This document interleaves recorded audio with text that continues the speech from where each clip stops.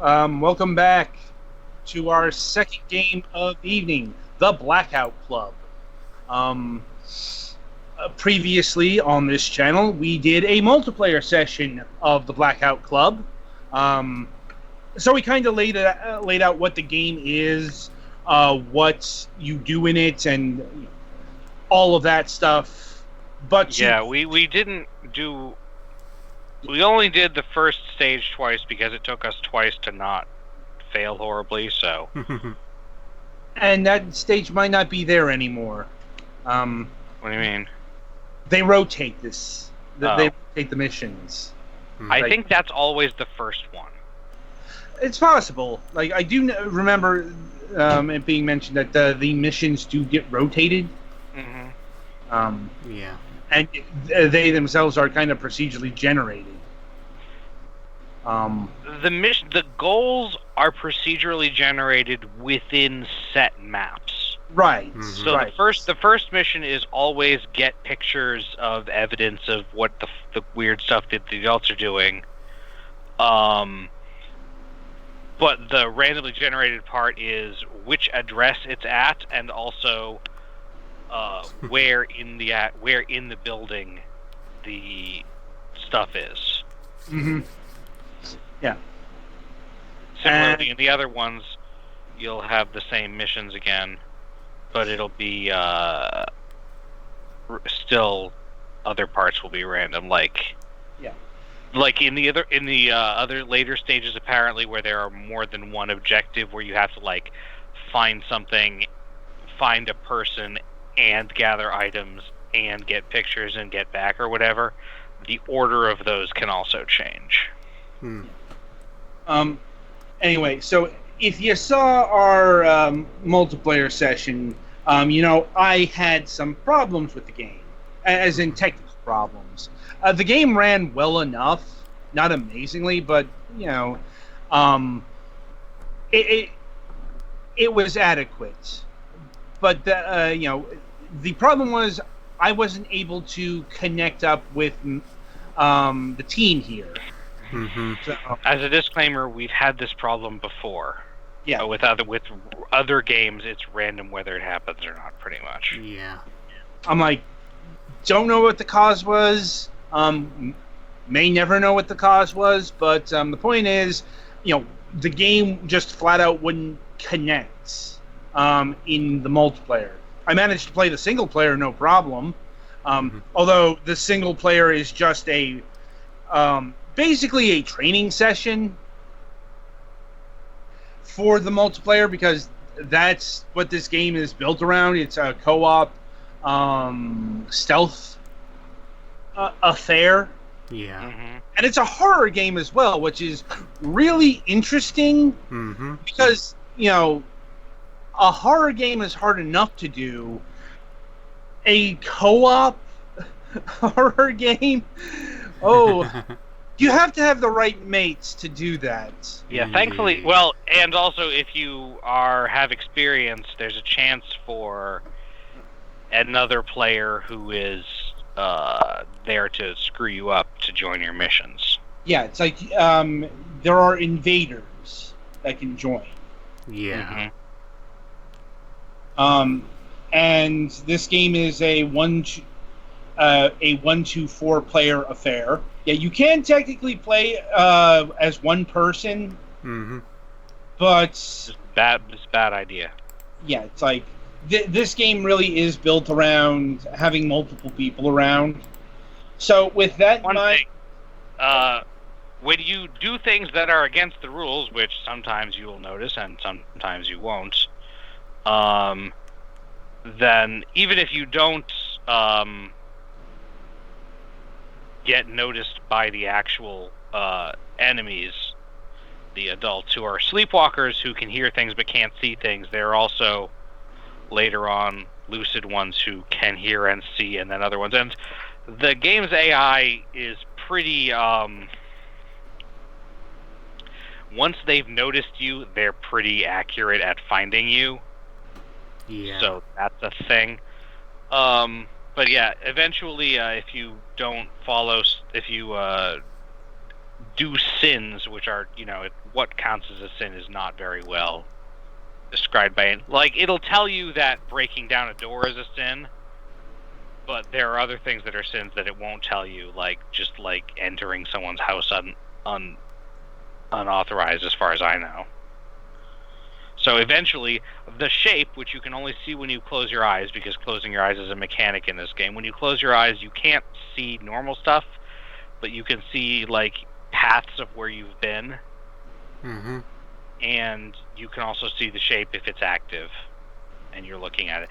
Anyway, it'll come after you, and that's not a good time, because then it'll drag you back to the red door, and then it'll either take you over. I think the adults take you over and make you computer controlled, and if you have an ally there, they can fix that, but that's an if.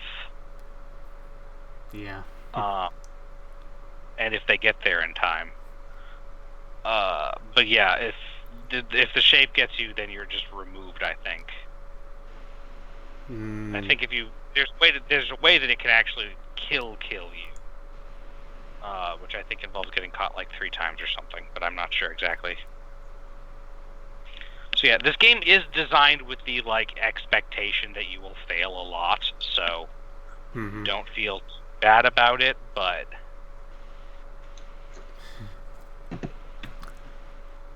it's a bit frustrating because there's sometimes stuff doesn't seem to be that well explained. Yeah. Well, anyway, we haven't really gone over the exact story of what's going on here, so I'll start off with that. The game's premise is that you're a group of adolescents who are searching for their friend, who you play as in the prologue, and they're seeking out evidence of what's happened to her and hoping to rescue her. And because they're, as I already explained, at night the adults in the town are possessed by something and someone who has them going out and doing things ranging from clean up crime scenes to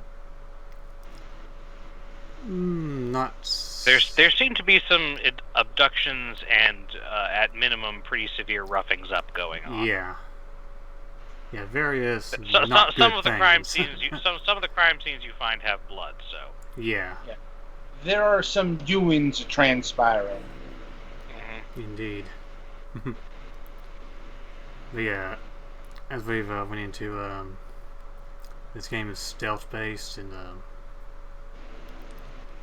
of course your various enemies are the sleepwalkers who cannot see you, but they can hear you, and later on you'll start encountering the lucids who can see you and hear you, and there's also the shape, who will zero in on you if the sleepwalkers are alerted enough to your presence, or they drag you to it. And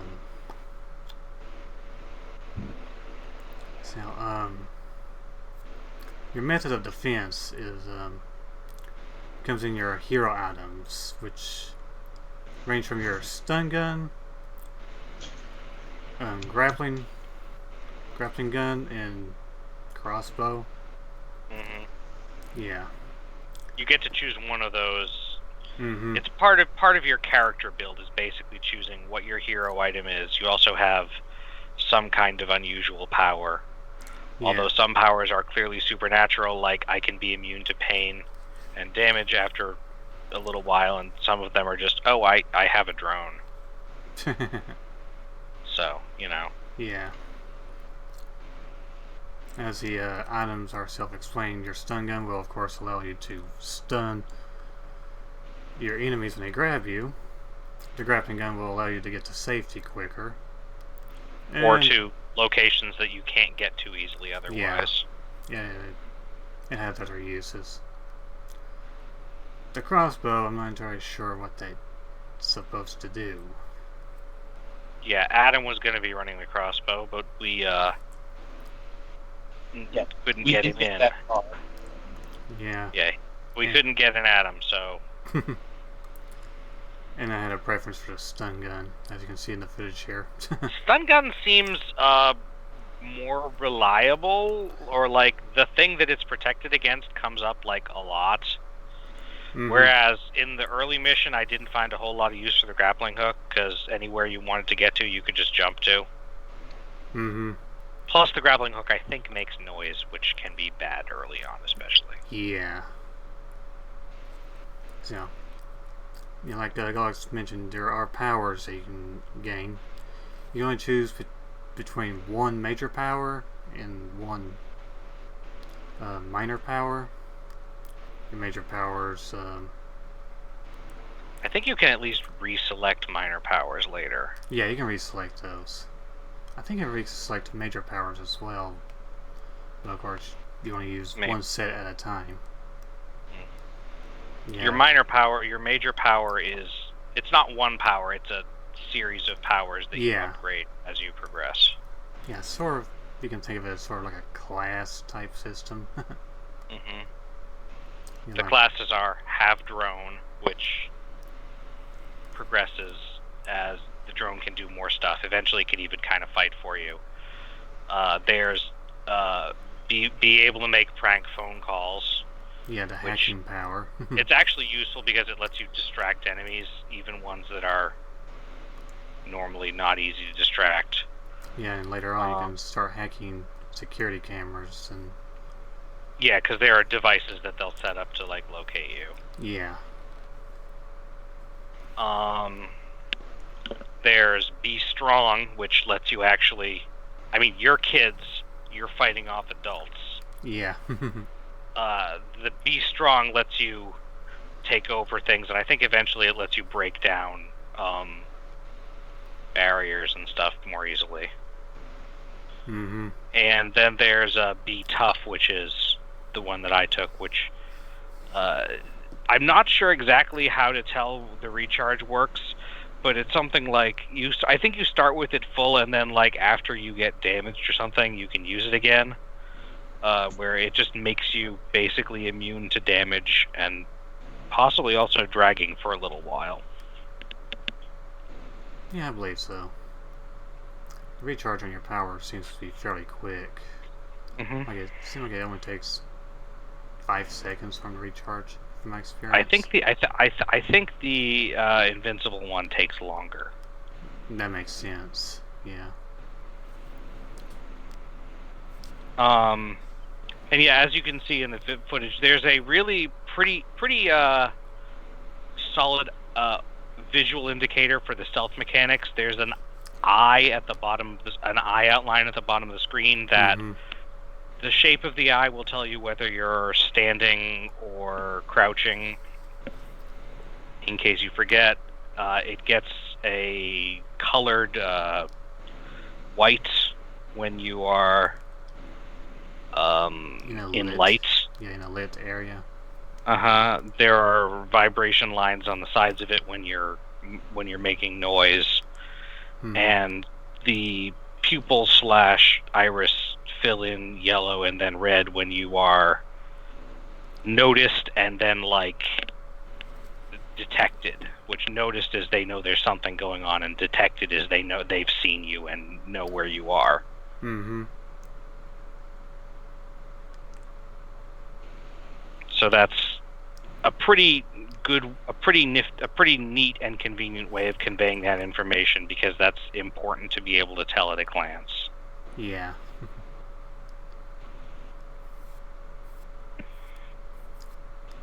I almost forgot to mention that. And besides your hero items and your powers, you also have one-use items that you can use, like lock picks. And a lot of the minor powers start with one consumable item of one kind or another. Yeah. And on your missions, you can find chests that contains those items, and you can grab them and switch over to them whenever you need to. Yeah, there's lockpicks, there's healing, there are also some weird things like foam grenades that let you spray a patch of foam that makes it so you don't take damage when you fall onto it. Which would be very handy here. Yeah. So yeah, there's stuff like that. You also get like a tranquilizer dart so they can stick in the sleepwalker's neck. Yes, here now. What else? It's already been mentioned that your mission objectives start out fairly simple, but then later on you get additional stuff they stack and get a little more complex. Like in the footage here, I had to find something like an item or something like that, then I had to come down here and find something else. Yeah, and as you progress, the area you play in expands as you level up and complete more missions. Yeah, there are 3 different areas in the game, to my understanding. Plus, then there's like another whole set of stuff, and that's called mazes or whatever. But you start out with the first several missions are like in 2 different parts of town, and then in a childcare facility of all creepy things. Yeah.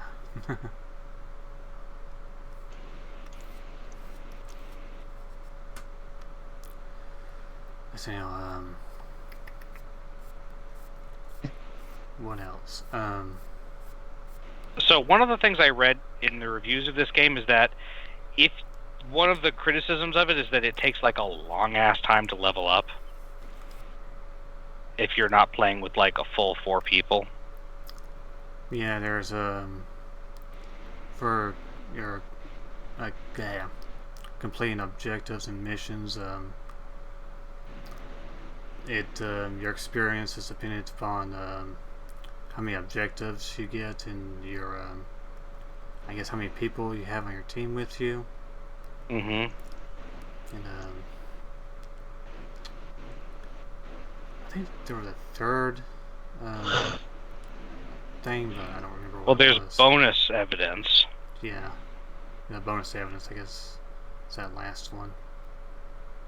And yeah, it didn't take me too long to level up by myself, but I guess later on it gets harder too. Yeah, there's apparently a significant amount of leveling up to do. Yeah, and I think the game's level cap is 20 right now. This game is still under some forms of development. Yeah, I imagine more stuff will be added in as time goes on.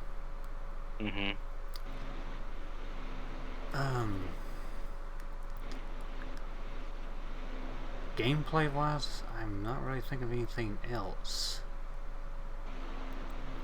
that I should mention. But so clocking in at price here, the game is $30. This is making me miss back in the day, you could purchase like a 4-pack of a yeah. And this is one of those situations where it probably would have cost about like 120, or there would have been some discount probably, but honestly a lot of those deals are like 4 for the price of literally 1. The point of order is this game really needs really needs 4 people to get the most out of it. Yeah, it's like given that the leveling situation. Mm-hmm. Yeah, so the question of whether or not the Blackout Club is worth it, that comes down to how many people are playing or if you've got a squad. Yeah. Like, and personal preference as well if you like stealth games. Right. I mean, this is a fairly unique type of game. Mm-hmm. A co-op stealth horror affair. Not the only one. Like, the one that really comes to mind is Friday the 13th, the game. Yeah. Mm-hmm. Yeah. Also worth noting, there is a DLC pack for this game called the Founders Club. Yeah. Which gives you some cosmetic stuff. Let's see. You get the Founders Club leather jacket, the Founders Club letter jacket, the Founders Club dab gesture, the only dab in the game. And apparently that's a selling point. Because I'm like, I think having reduced amounts of dabbing is a selling point. No, I know what you mean. Yeah, it's like, I mean, I'm sorry, like, look, the dab became uncool when Paul Ryan started doing it. Yeah. Yeah, and a unique poster for your hideout. So this, yeah, a lot of this game does have a lot of customization in it, technically. Yeah. So this is what you get for $5. I don't know if there's going to be more DLC packs, but I can tell you right now, this one, Unless you really want that specific stuff, or you're like super into dabbing. Yeah. Yeah, I'd say give this a skip. Or if you're a completionist and want to make sure you get like all of the emotes and whatever, but I mean, we already mentioned there's a bit of a grind for that, so. Yeah. Yeah. Anyway, as far as this thing is game, I couldn't tell you since I didn't get to play the actual meat of what this game has to offer. Like, the single player stuff was okay, although the actual, the shape encroaching upon you was fucking annoying with the colors. Like, Yeah. I could have done without that, but Well, it's part of the theme of the game, though. I guess is like what I you know see and it's don't, part of the aesthetic. I still didn't like it. Fair enough. Like, anyway, so what did you guys think of this thing as a game? Since you were the ones who actually got to play it. I really don't like this kind of game, but as far as this kind of game goes, this one was fairly enjoyable. I liked it, and I would have liked it better. I like it better in multiplayer, though. I mean, I enjoyed it when I was playing it by myself, but that can get old after a while. Yeah. Oh, No. I mean, boring. Yeah, no innuendo intended, I'm sure. Anyway, so that'll about do it for the Blackout Club. Be sure to tune in after the break, as Galax will be reviewing the Nintendo Switch version of Paradox Soul.